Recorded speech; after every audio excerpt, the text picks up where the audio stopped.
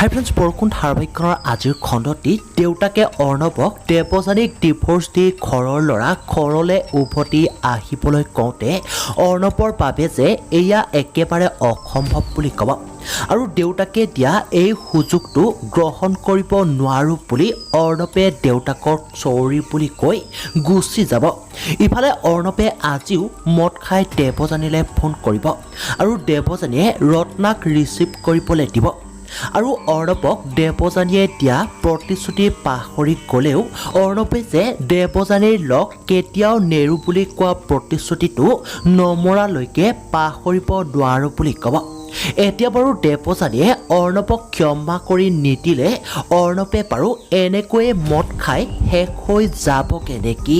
গতিকে এই সকলোবোৰ জানিবলৈ চাওক বৰষুণ ধাৰাবাহিকখনৰ আজিৰ আহিব লগা খণ্ডটি।